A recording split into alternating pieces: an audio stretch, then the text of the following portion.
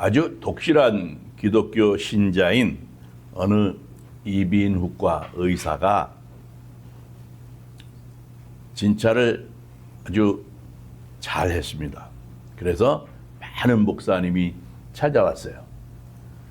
어느 날인데 그날도 목사님 두 분이 방문을 했어요. 진료를 받았는데 두 분 다 성대를 과하게 사용을 하다 보니까 이 성대에 무리가 왔던 거예요. 그래서 이제 치료를 받으러 온 거죠. 진찰하던 의사가 첫 번째 목사님에게 어떻게 진단을 하고 말을 했는가 하면, 목사님, 성대에 무리가 가지 않도록 설교를 하실 때 목소리를 낮추어서 말씀을 하시고 찬송가는 가급적 부르지 마시기를 바랍니다. 그랬어요.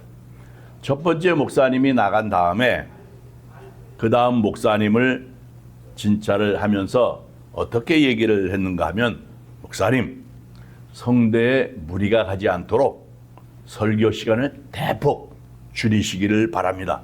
그리고 찬송가도 짧은 것으로 부르시는 것으로 좋겠습니다. 그런 거예요. 진료가 끝나고 나서 옆에 있던 간호사가 의사에게 물었어요. 선생님, 제가 볼 때는 증세가 비슷한 것 같은데 왜 처방이 전혀 다르네요? 그랬더니 그 간호사가 질문하는 것에 의사가 웃으면서 대답을 했는데 뭐라고 그랬는가 하면, 두 번째 목사님은 우리 교회 담임 목사님이시거든. 그랬다는 거예요. 무슨 말인지 잘 못 알아듣는 모양이에요. 첫 번째 진료한 사람은 상관이 없으니까 자기 교회하고 목소리를 낮추시고 찬송가도 부르지 마시고 제대로 진단을 했단 말이에요. 그런데 두 번째 목사님은 자기네 교회 담임 목사님이니까 설교도 짧게 했으면 좋겠고 묵상하지 말라고 찬송가도 짧은 걸 고르라고 그랬던 얘기예요. 자, 여러분, 어떤 마음으로 이 자리에 오셨습니까? 우리 안에서 역사하시는 하나님의 크신 은혜와 사랑, 그걸 기대하는 마음을 가지고 오셨잖아요. 우리 주님께서 약속하신 성령을 충만하게 채워주실 것을 믿는 믿음을 가지고 오늘도 하나님 앞에 나오신 줄 믿습니다. 하나님이 역사하셔서 우리 가운데 성령으로 충만한 축복된 시간이 되시기를 바랍니다. 많은 사람이 향수를 쓰잖아요. 향수는 가만히 보면 인류의 역사하고 같이 시작이 됐다, 이런 생각을 할 수가 있어요. 고대 이집트의 왕들의 무덤에서 향수가 발견됐거든요. 그걸 보면 향수의 역사가 굉장히 길다고 하는 것을 우리가 생각할 수 있죠. 많은 사람들이 향수를 바르고 향수를 뿌리고 수집을 하고 그럽니다. 그 이유가 뭔가 하면 그 향기가 상대방에게 좋은 인상을 심어주기 때문에 그렇거든요. 그런데 물론 이제 그렇죠. 너무 많이 뿌리게 되면 냄새가 좋지 않습니다. 고린도후서 2장 15절, 16절 말씀을 보게 되면 예수 믿는 사람들을 그리스도의 향기라 그랬고요. 생명으로부터 생명에 이르는 냄새라고 했습니다. 그러니까 우리는 예수 그리스도의 향기가 나야 된다는 거예요. 언제 어디서든지 예수 그리스도의 향기를 풍기는 사람들이 되어야 된다는 거죠. 세상을 변화시키는 사람, 세상에 영향력을, 선한 영향력을 끼치는 사람들은 예수의 향기가 나고 예수의 냄새가 나는 그러한 사람들입니다. 우리가 그러한 사람들이 되기 위해서는 어떻게 해야 될까? 예배의 성공자가 되어야 됩니다. 주일 예배 한 번만이 아니라 우리의 삶 속에서, 우리의 생활 속에서 예배하는 사람으로 살아가야 된다는 거예요. 그래서 하나님 마음에 합한 사람, 그러한 사람이 돼야 된다 하는 거죠. 또 하나님과 끊임없이 소통하며 사는 그러한 기도의 사람이 되어야 된다는 거예요. 그리고 세상의 기준을 따라서 살아가는 그러한 사람이 아니라 하나님의 말씀에 붙들린 사람이 되어야 되겠다는 거예요. 하나님의 말씀을 따라서 살아가는 그러한 사람이 되어야 된다는 거예요. 그리고 하나님께서 나를 부르셨다라고 하는 그러한 소명감, 소명의식이 있어야 됩니다. 그리고 하나님께서 나에게 일을 맡기셨다고 하는 그러한 사명감을 가지고, 그리고 하나님의 뜻을 이루어야겠다고 하는 그러한 열정을 가져야 된다고 하는 거예요. 그런데요, 이런 것들이요, 내 힘으로 능력으로 되는 것이 아니에요. 내 힘으로 할 수 있는 것이 아닙니다. 성령의 능력이 있어야 돼요. 성령의 도우심이 있어야 된다고요. 그래서 우리 안에 있는 성령의 능력을 회복해야 된다고요. 자, 오늘 본문에 나오는 베드로. 이 베드로는 예수님께서 잡히셨을 때 3번이나 예수님을 모른다고 부인했던 사람이에요. 그런데 이러한 베드로가 성령의 충만함을 받고 나서 오늘 말씀처럼 자기 자신에게 주어진 사명을 이루기 위해서 아주 열정으로 가득 찼던 그러한 사람이 되었다고요. 사실 베드로는요, 많이 배우지 못했던 갈릴리의 어부 출신입니다. 고기를 잡는 것 외에는 특별한 재능이 없었던 그런 사람이었어요. 성격은요, 불같이 급해가지고 하지 말아야 할 말도 서슴없이 하고요, 하지 않아야 될 행동도 하는 그러한 사람이었다고요. 그런데 그러한 사람이 성령의 충만함을 받고 나니까 예루살렘에 모인 수많은 사람들 앞에서 담대하게 하나님의 말씀을 외치게 됐다고요. 그 베드로가 수많은 사람들에게 하나님의 말씀을 외치게 되니까 많은 사람들이 베드로가 전하는 그 말씀을 듣고 설교를 듣고는 마음에 찔렸다는 거예요. 그렇게 마음에 찔린 사람들이 베드로와 다른 사도들 앞에서 뭐라고 얘기를 하는가 하면, 우리가 어찌할꼬? 안타까워하면서 물은 거예요. 그랬더니 베드로가 뭐라고 얘기를 하는가 하면, 회개하여 각각 예수 그리스도의 이름으로 세례를 받고 죄사함을 받으라. 그리하면 너희가 성령을 선물로 받을 것이라고 말했습니다. 그 말을 들은 사람들이 예수를 믿고 세례를 받았어요. 그래서 그날 신도의 수가 3,000이나 더했다고 오늘 말씀하고 있어요. 자, 여기서 우리가 어찌할꼬? 베드로 앞에서, 사도들 앞에서 우리가 어찌할꼬? 안타까워하면서 우리가 어찌할꼬? 이렇게 말하고 있는 이 무리들을 한번 보세요. 이 사람들은요, 사실은 불과 몇 주 전만 해도 예수를 십자가에 못 박아라, 예수를 십자가에 못 박아라 외치던 그런 사람들이에요. 예수님을 십자가에 못 박게 만든 종교 지도자들, 그들에게 감정적으로 선동이 됐다고요. 예수를 십자가에 못 박아야 된다고 종교 지도자들이 그러니까 선동하니까 그 말에 선동이 돼가지고, 군중심리로 선동이 돼가지고 예수를 십자가에 못 박아라, 예수를 십자가에 못 박아라 외치면서 결국 예수를 십자가에 못 박게 한, 자기 주관도 없고 의식도 없고 말하자면 하찮은 무리들이었어요. 율법의 의무, 그 율법의 의무, 그게 올무가 되는 거예요. 그래서 두려움 때문에 억지로 따라가는, 말하자면 비참한 종교성을 가진 연약한 무리들. 종교 지도자들이 율법을 가지고 이 사람들을 억누르면서 율법을 어겼다고 얘기하니까 내가 율법을 어긴 죄인이 될까봐 두려운 마음을 가지고 선동이 되면서 결국 예수를 십자가에 못 박았던, 자기 주관도 없고 어떤 의식이라고는 찾아볼 수 없는 그런 사람들이었단 말이에요. 그런데 이런 사람들이, 놀라운 일이 그들에게 일어나게 된 거예요. 이러한 사람들이 회개했어요. 그리고 예수를 믿는 그리스도인이 됐다는 거예요. 그들의 삶이 바뀌었어요. 이 사람들은 그리스도를 생각하게 됐습니다. 그리스도를 향해서, 예수 그리스도를 향해서 자기들이 잘못한 것을 깨닫고 회개했어요. 자기들이 십자가에 못 박았던 그 그리스도, 그 예수 그리스도, 그 예수 그리스도가 이제는 자기 자신들에게 절대적으로 필요하신 분, 없어서는 안 될 자기 자신들을 구원하실 구세주, 이걸 깨닫게 됐다는 거예요. 이게 성령의 능력이라고요. 성령의 능력이 함께하니까 갈릴리 어부 출신인 베드로가 하는, 베드로의 입을 통해서 나오는 그 말씀이 많은 무리들에게 마음을 찔리게 했다는 거예요. 성령은 죄를 꾸짖으시는 분입니다. 요한복음 16장 7절 8절 말씀을 보면 예수님께서 어떻게 말씀을 하셨는가 하면, 내가 떠나가는 것이 너희에게 유익이라.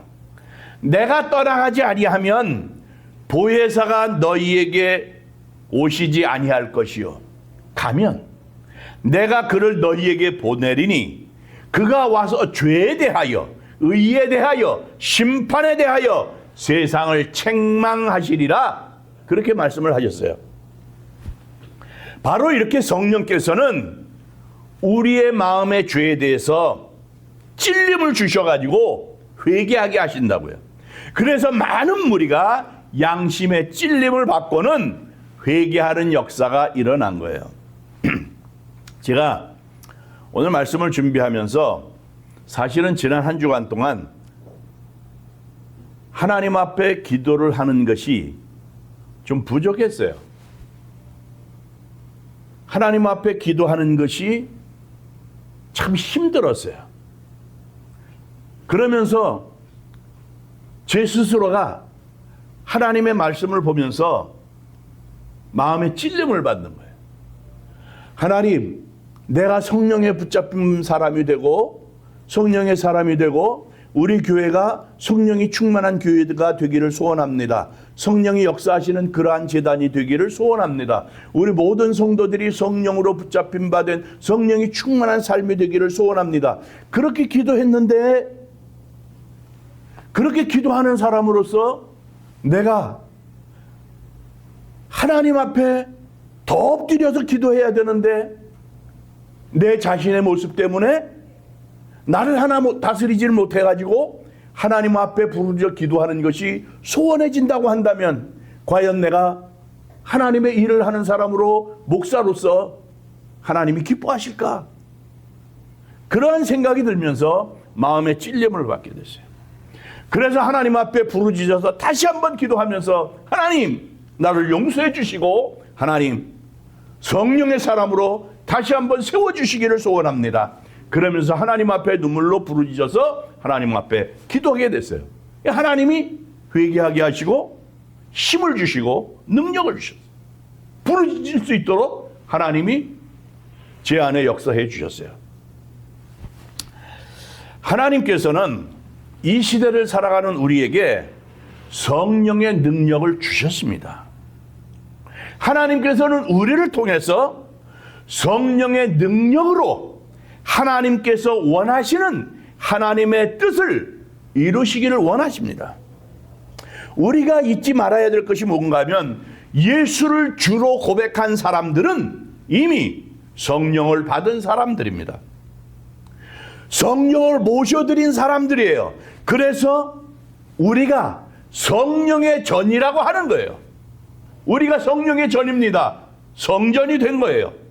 성령의 전이 된 우리들, 그러한 사람들, 그렇기 때문에 우리 안에서 역사하시는 성령님께서 우리에게 힘을 주셔서 그 힘을 입고 최선을 다해서 하나님의 뜻을 위해서 열정적으로 살아야 된다라고 하는 거예요. 내가 성령의 전이니까, 내 안에 이미 성령이 역사하고 계시니까 그 성령이 뜨겁게 역사하시도록 하나님 앞에 더 나아갈 수 있는 그런 삶이 돼야 된다는 거예요. 최선을 다해서 보다 더 열정적으로 하나님을 찾을 수 있어야 된다는 거예요. 그렇기 때문에 우리들은 좁은 생각을 가지면 안 됩니다. 좁은 생각을 가지고 하나님께서 우리를 통해서 이루고자 하시는 그 하나님에 대해서 부정적으로, 하나님의 일에 대해서 부정적으로 생각을 하거나 미리 겁을 먹어가지고 미리 예측을 해가지고 두려워하거나 그러지 말아야 된다는 거예요. 하나님, 난 배운 게 없어요. 난 재주가 없어요. 난 가진 것이 없어요. 하나님, 난 능력이 없어요. 나이가 많아요. 난 부족합니다. 그렇게 생각할 수 있지만 그렇게 생각을 해서 성령이 역사하시는 일에 대해서 오히려 성령의 역사가 물러가는 그런 모습을 가져서는 안 된다는 거예요. 내가 부족하지만 그러나 하나님께서 내 안에 역사하시면 할 수 있는 줄로 믿습니다. 이런 생각을 가져야 된다는 거예요. 내게 능력 주시는 자 안에서 내가 모든 걸 할 수 있다고 그랬는데 결국 성령이 내 안에서 역사하시면 내가 할 수 있는 줄로 믿습니다. 내가 하는 것이 아니기 때문에 그렇습니다. 이렇게 나아갈 수 있어야 된다는 거예요. 베드로가 능력 있게 하나님의 말씀을 전했어요. 수많은 사람들을 회개시켰어요. 병든 자를 고쳤고요. 안진뱅이를 일으켰어요. 이 사람이 배움이 많아서 그랬을까? 실력이 있었기 때문에 그랬을까? 재주가 있어서 그런 거 아니란 말이에요.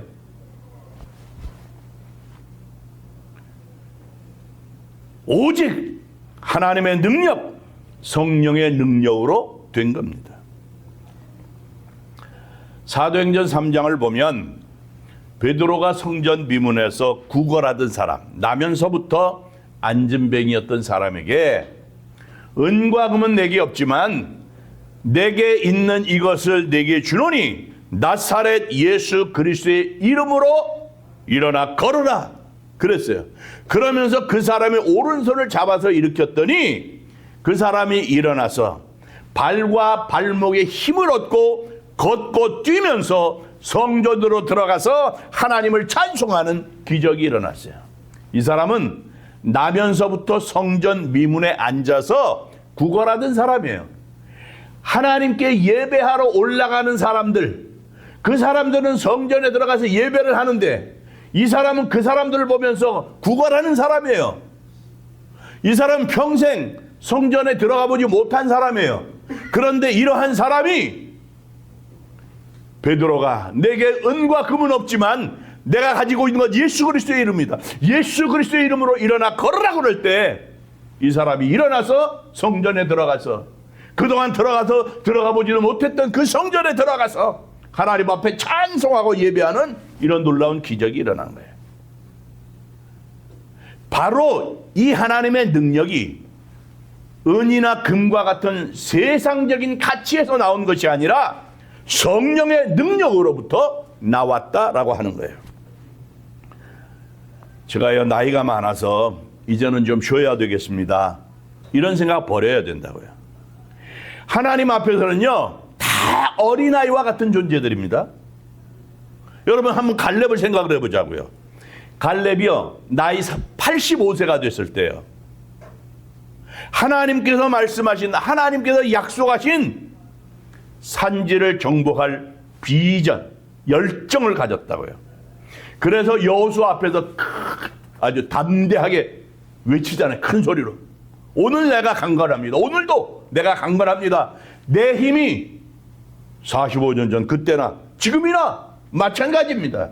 그래서 내가 싸움도 할 수 있고 출입에 내가 감당할 수 있습니다. 그러니 하나님께서 40년 전에 말씀하신 이 산지를 내게 주시오. 여호수아에게 그랬어요.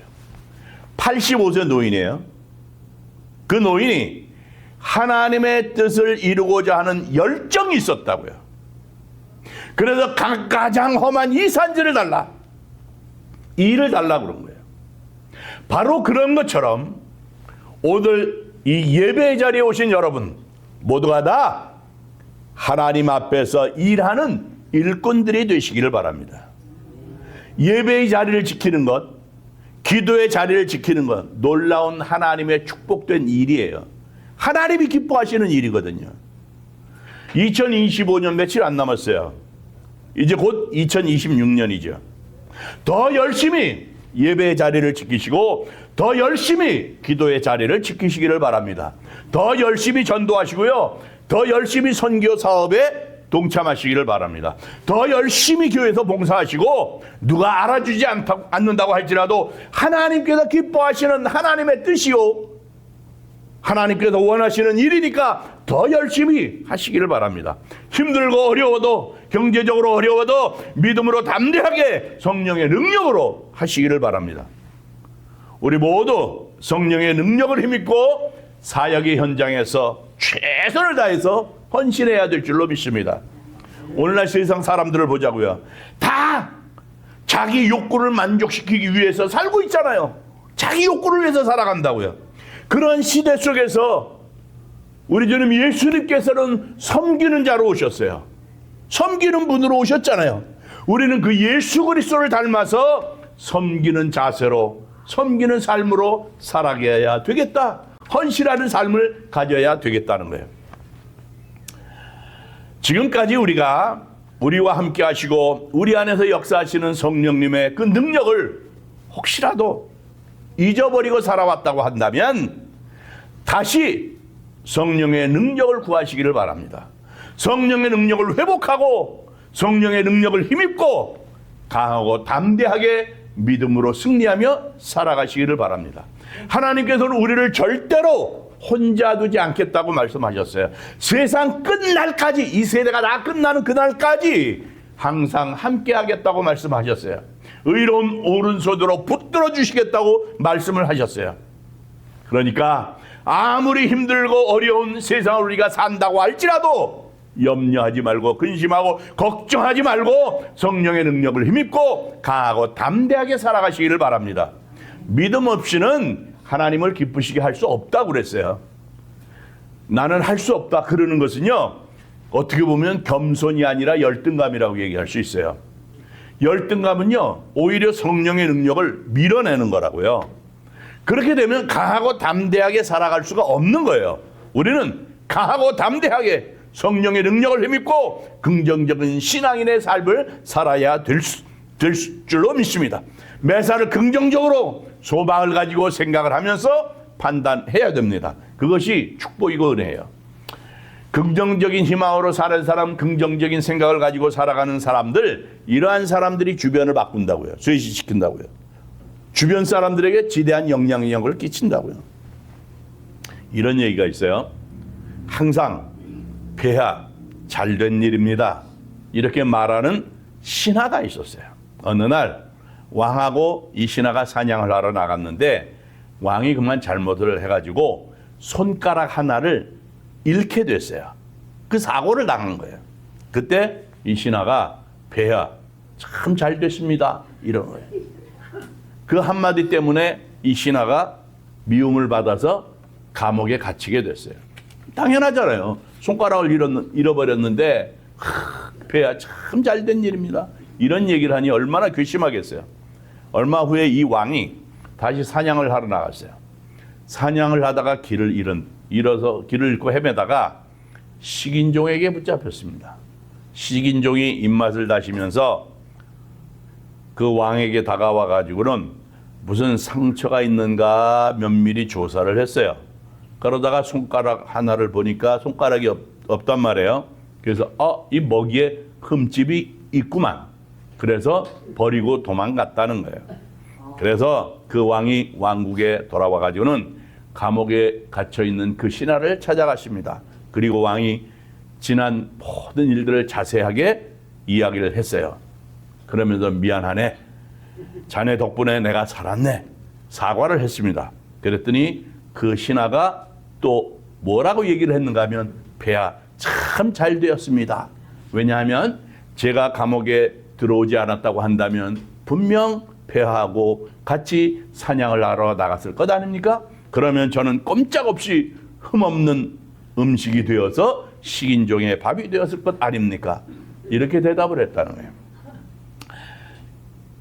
매사를 긍정적으로 생각하며 사는 삶, 이런 삶이 중요하다고 하는 것을 말씀드리는 거예요.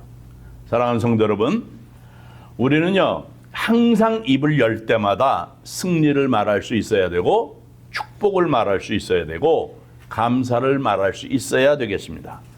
잠언 18장 20절에서 사람은 입에서 나오는 열매로 말미암아 배부르게 되나니 곧 그의 입술에서 나는 것으로 말미암아 만족하게 되느니라 그랬어요. 그리고 민수기 14장 28절을 보면 하나님은 너희 말이 내 귀에 들린 대로 내가 행하겠다 이렇게 말씀하셨다고요. 그래서 우리는 성령께서 우리 안에서 가르치고 생각나게 하시는 대로 살아야 되겠습니다. 내 판단대로 사는 것이 아니라 성령의 능력을 따라가시기를 바랍니다. 성령의 능력을 따라 살아서 하나님이 기뻐하시는 축복된 승리의 삶을 살아가는 하나님의 백성들이 되시기를 주님의 이름으로 축원합니다.